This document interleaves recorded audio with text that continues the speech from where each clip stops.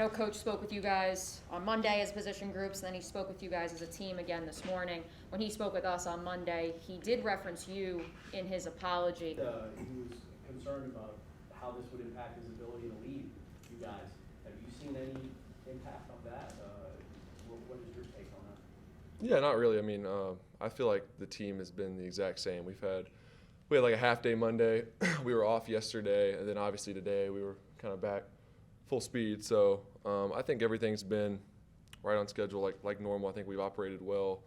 At the end of the day, I can speak for myself for sure, and I know most of the team feels this way.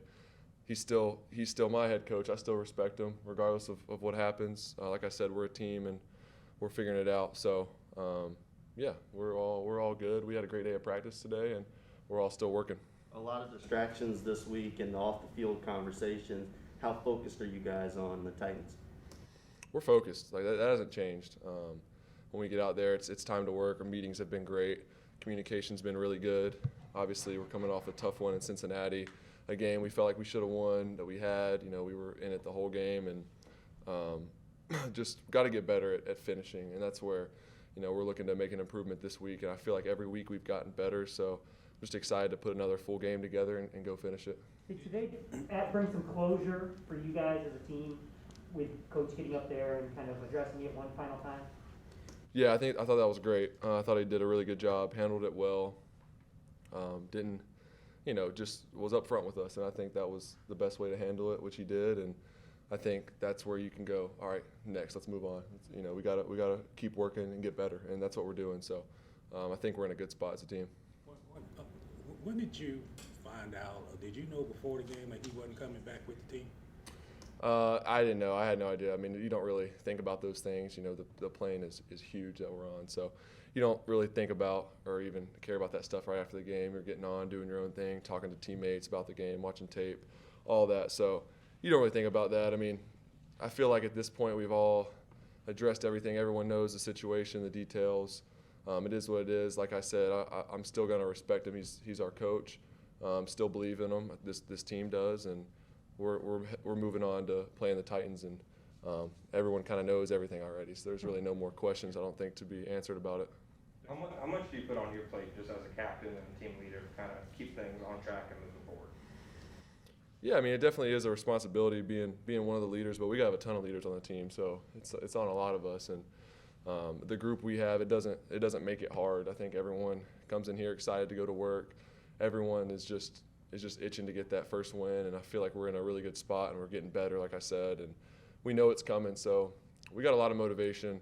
I don't think it's, as a young guy, it's great to have a team like that where there's a bunch of leaders and everyone's picking each other up. You don't have to worry about everybody else. You just got to worry about doing your job, and the guys have done a great job of that. When did you first find out, or perhaps notice that Coach was not on the team plane coming back from Cincinnati, and was that an issue for any of you guys? Yeah, he just asked that. I didn't know, so yeah, I didn't. Do you have any issue at all with that?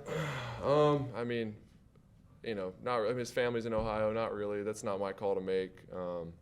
I still don't know how this whole thing works in the NFL. Obviously, things are a lot different than college, so I don't know. I don't have an issue. Obviously, the situation happened and became an issue, but I didn't have an issue with him not going back. I get it. He has family in Ohio, and so. Okay, as a follow-up, I believe practice was let off today with an acknowledgement of your birthday. I'm just wondering, has that been an annual tradition for you, going back to Clemson, going back to high school on the day of, if indeed you're practicing that day? Yeah, well, Coach Sweeney always did a good job. He'd always shout out everybody's birthday. So that was, everybody got that in college, which was cool. But yeah, Coach Meyer called it out in front of everybody, and it was cool. It's cool to have everybody close. That's a part of just being like a family. It's cool when your team is really close and you celebrate those things. So, but yeah. What if someone buy Trevor Lawrence, 22-year-old Trevor Lawrence, who's a millionaire? What if someone buys Trevor Lawrence for his birthday? Yeah, my wife got me a foot warmer for. That's one thing she got me. My feet get super cold. I don't know if you guys want to know that, but it's good to know. She got me a foot warmer, so that was a good gift. Bracelet that I really wanted, and then this cool drink maker thing. It's like a Keurig, but makes like mixed drinks. It's cool. So That was cool. So just cool stuff like that. And then one of my friends got me like this piece of art that I saw when I was living in Laguna Beach. This painting of like some old presidents playing poker in some like casino. It's just a cool picture. Got me that, and then someone.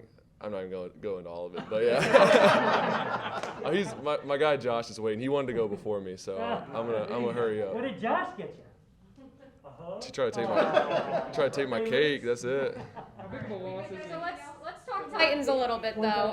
Obviously, the Jets defeat the Titans last week. The big thing was the big play. As you are preparing for this Titans defense, what have you seen on tape of maybe why they struggled against the Jets and how you can exploit that? Yeah, it was a really good game when you go back and watch it back and forth.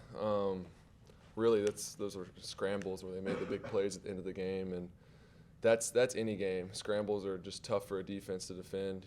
It's hard to cover guys for that long if you can get out of the pocket and extend plays, and that's what I think Zach did a really good job of in the game. So, yeah, you look at that and you take that into account, but that's always kind of part of not the plan necessarily, but you know that as a quarterback, you got to be able to extend plays and be able to make plays outside of the pocket. So they did a good job of that. Tennessee does a good job on defense. I feel like I say it every week, but they do a good job mixing up their coverages. They have guys coming from all over the place. They do a good job changing their front up, have guys walking around. So definitely got a challenge in front of us, but I feel like our prep's off to a great start, and we feel good about it. How big of a loss is it for you guys to lose DJ for the season, and how do you go about just replacing him?